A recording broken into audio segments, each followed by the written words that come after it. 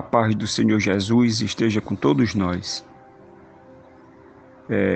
A prece é uma invocação e, mergulhados no mesmo fluido universal, unidos no propósito do bem e do amor, formamos neste momento uma corrente fluídica através da comunhão de pensamentos para que possamos receber com alegria a assistência das forças espirituais de amor e bondade divina. Assim sendo, elevemos nosso pensamento a Deus e digamos: seja feita a vossa vontade, assim na terra como nos céus. Ajuda-nos a observar as vossas leis e a submeter-nos, sem murmurar, aos decretos divinos, porque vós sois a fonte da sabedoria e do amor, e nós, criaturas inferiores, devemos satisfazer a vossa vontade. Em nome de nosso Senhor Jesus Cristo, pedimos abençoar e confortar os nossos irmãos enfermos do corpo e do espírito, para que suas enfermidades sejam curadas e suas dores aliviadas. Abençoa e ilumina, Senhor, os trabalhadores da saúde, dando-lhes forças e sabedoria para ajudar e amparar os irmãos enfermos. Abençoa e ilumina, Senhor, os irmãos em situação de rua, e que tua face se revele em cada um. Abençoa e ilumina os nossos irmãos, familiares, nossos lares, amigos, inimigos. Abençoa e conforta, Senhor, os irmãos desempregados e os trabalhadores desse país. Abençoa e ilumina, Senhor, os governantes desse país. Abençoa e conforta, Senhor, os irmãos que desencarnaram e que ainda encontram-se ligados ao corpo material, que possam encontrar a tua luz, a tua paz e a tua compaixão. Obrigado, Senhor, por mais esse dia, que seja um dia que confortemos, amparemos, servimos e amemos uns aos outros. Que Deus nos abençoe, que assim seja, Senhor.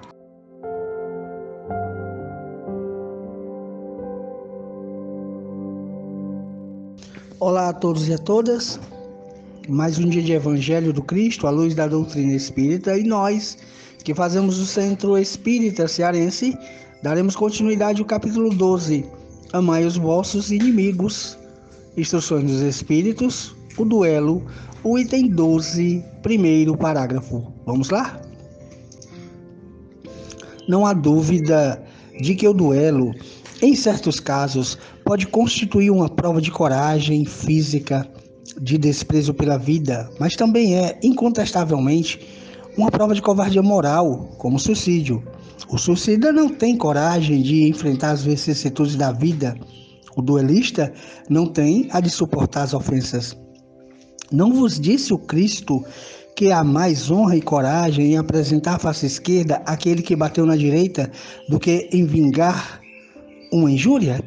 Não disse ele a Pedro, no Jardim das Oliveiras: guarda a tua espada, porque aquele que matar com a espada perecerá pela espada?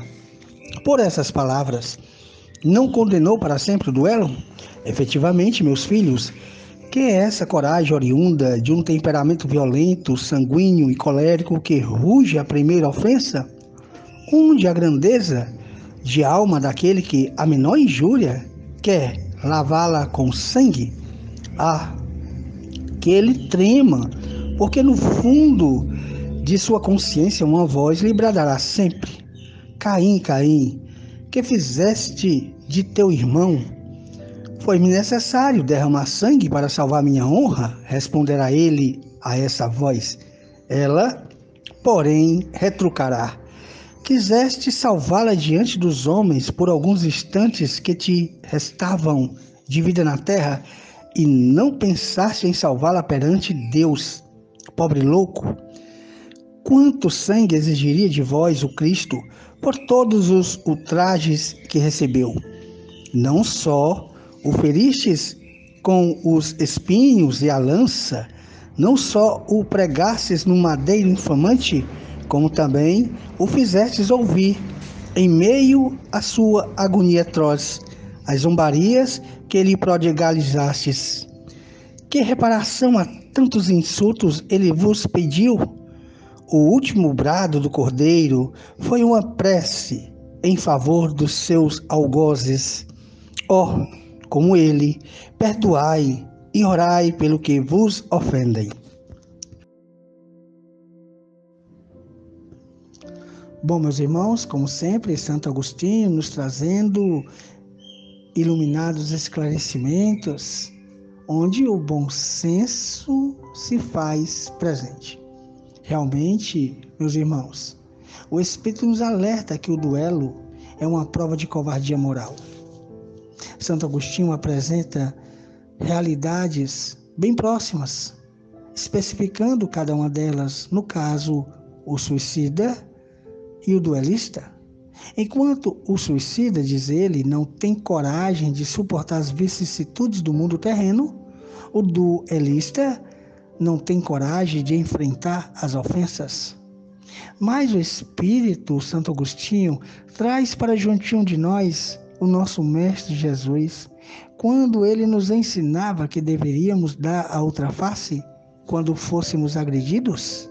Lembra também do episódio de Pedro, quando pensava em se utilizar da espada? Todavia, Jesus no imediato orientava que guardasse imediatamente a espada, porque ele mesmo seria a própria vítima, reforçando e esclarecendo sobre a lei de causa e efeito como lei divina. Aliás, ai daquele que pensar em se deixar levar pela prática do duelo ou mesmo qualquer tipo de violência, mesmo em pensamentos. Se assim acontece, é porque o orgulho e o egoísmo estão ainda muito presentes no psiquismo do ser. Lembremos na obra O Livro dos Espíritos, a questão 757, em que Kardec pergunta aos espíritos se poderia considerar o duelo um caso de legítima defesa. E os irmãos espirituais foram diretos e disseram que não. Consideraram um assassínio e um costume absurdo, digno dos bárbaros. Na verdade, o duelo é tão ridículo quanto os combates que outrora se consideravam como juízo de Deus. Meus irmãos, com certeza o duelo nunca foi um instrumento de legítima defesa, e sim uma desculpa para demonstrar, reforçamos, orgulho e egoísmo daqueles que praticam esse ato primitivo e cruel, em que uma das partes se aproveita sempre da fraqueza do outro para levar vantagem, por possuir mais adestramento e condições para vencer, humilhar, matar seu oponente.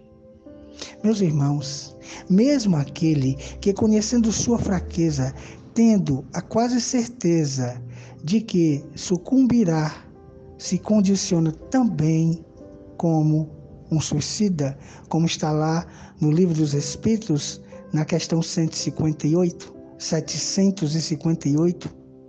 Ora, independente de cada situação que está em jogo, é o orgulho ferido. E o orgulho ferido tem relação com as vicissitudes do mundo em provas e expiações. Vejamos bem, se considerarmos a fragilidade de uma das partes para o enfrentamento, pode-se entender um suicídio indireto, mas com consequências quase iguais ao suicídio comum, porque houve a intenção de se deixar matar pelo outro, e isso é contra a lei de Deus.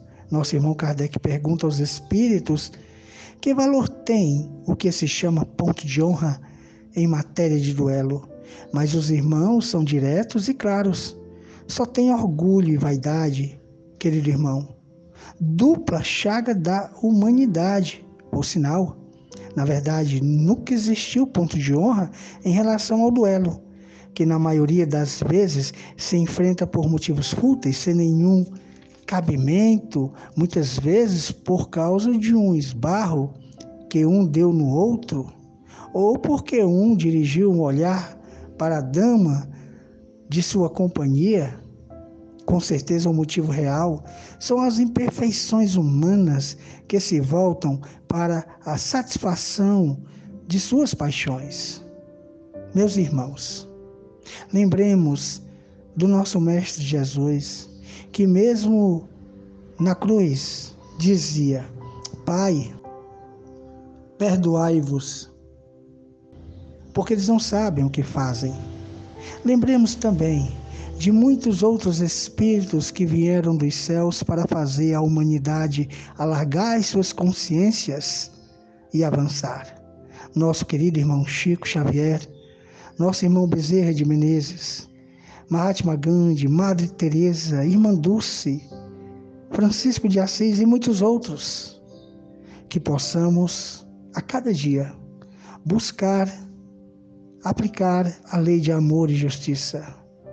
Que possamos a cada dia estar mais juntos com o nosso Mestre Jesus. Continuemos o Evangelho. Muita paz.